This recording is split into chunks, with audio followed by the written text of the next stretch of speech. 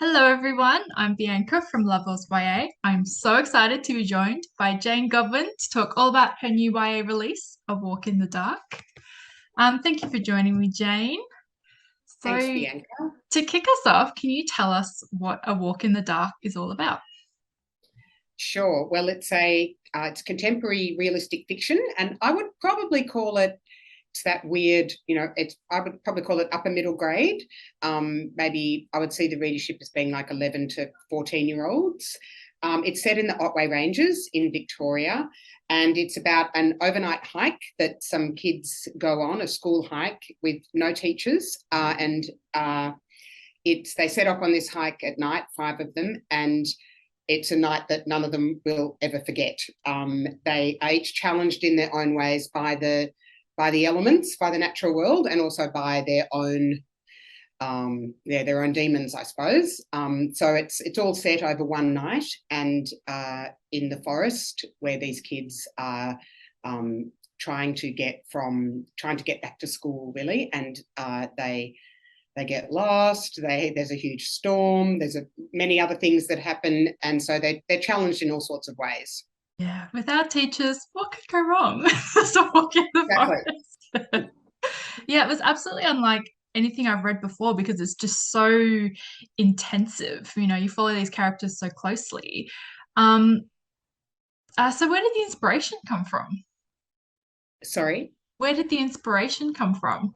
Well, it's this overnight hike thing. It's called a dropping, and that actually is a real thing in Holland, in the Netherlands.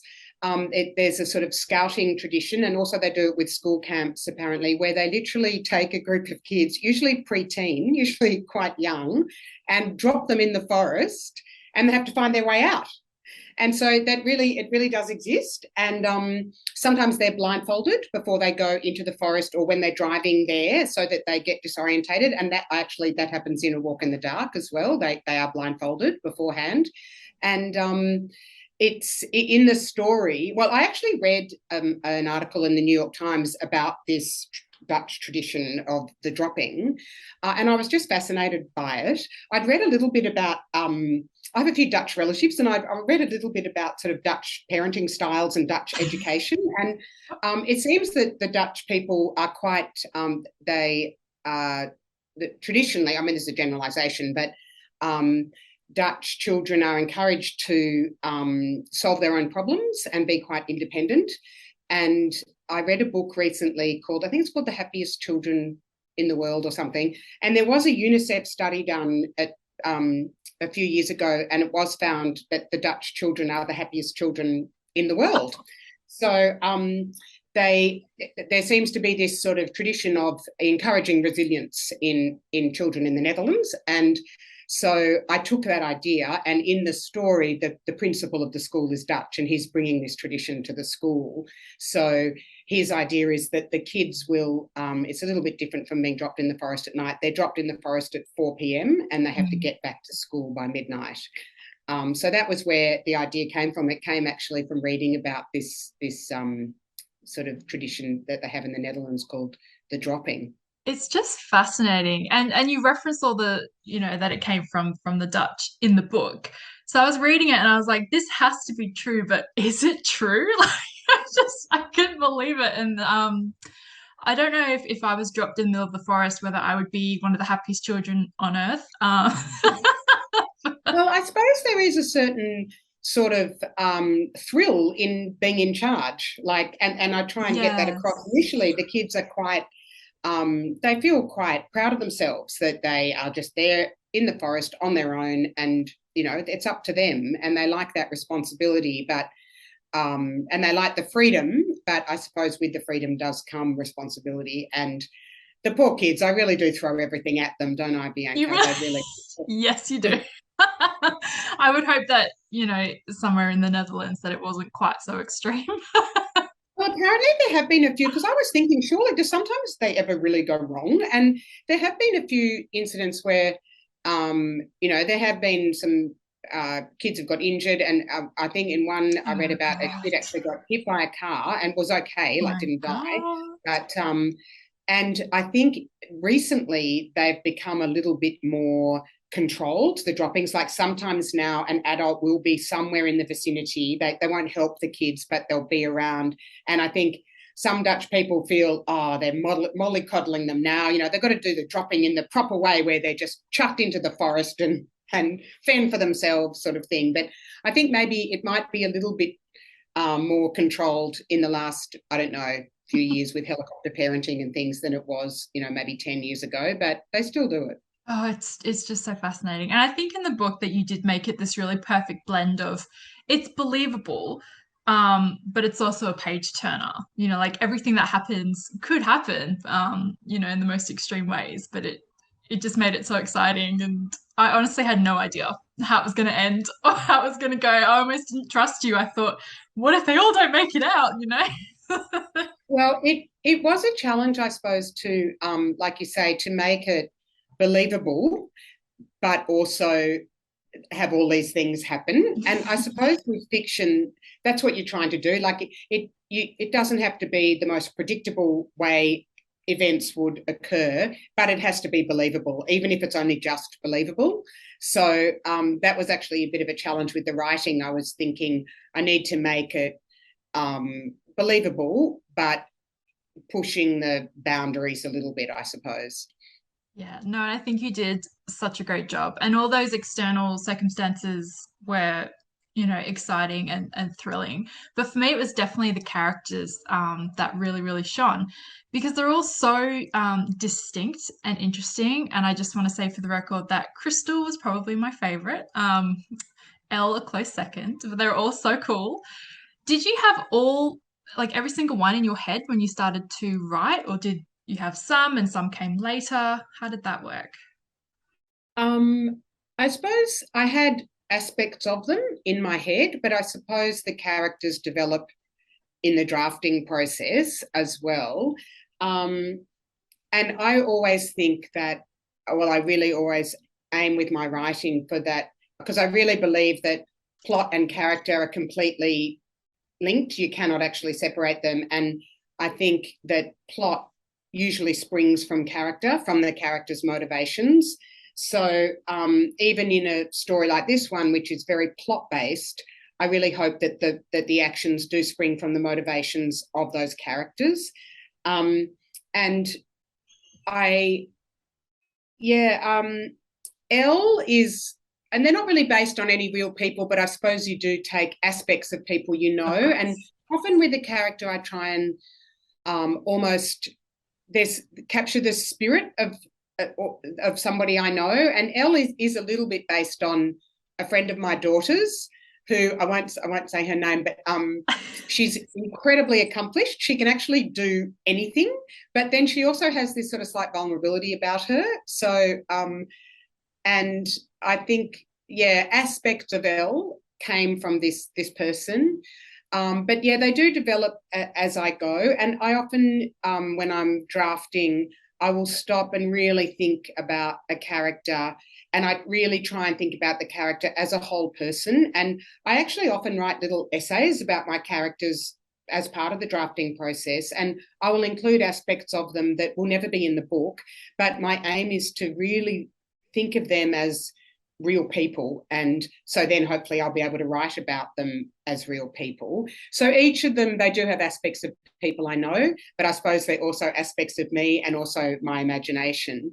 But I do, and I think a really successful character, you know, you've been successful with the character if, and I won't know this with A Walk in the Dark for years, but if years later you can still sort of summon them up, you can still almost see them walk into a room. And I certainly don't have that with every character I've created, but with a few of them I do. And I know that that means I created them as best I could.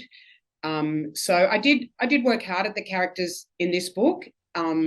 And I was a bit inspired by, the book is dedicated to the memory of Ivan Southall, who was an Australian writer who I read all his books in the 1970s when I was a kid. And Yeah.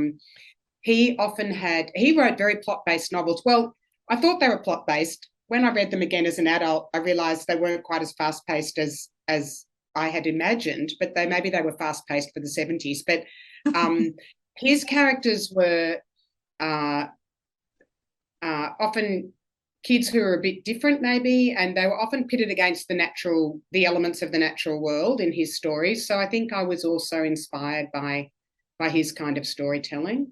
Yeah, that makes sense. That's all really, really interesting. And I think with these characters, I feel like everyone's like specifically the walk in the dark characters, everyone's gonna know someone who has aspects of these characters. Like I feel like you'll read about Elle or Fred or Crystal and just know that you recognize traits in them that people that you know in real life have. So I think that shows that they are extremely well developed and they felt so real.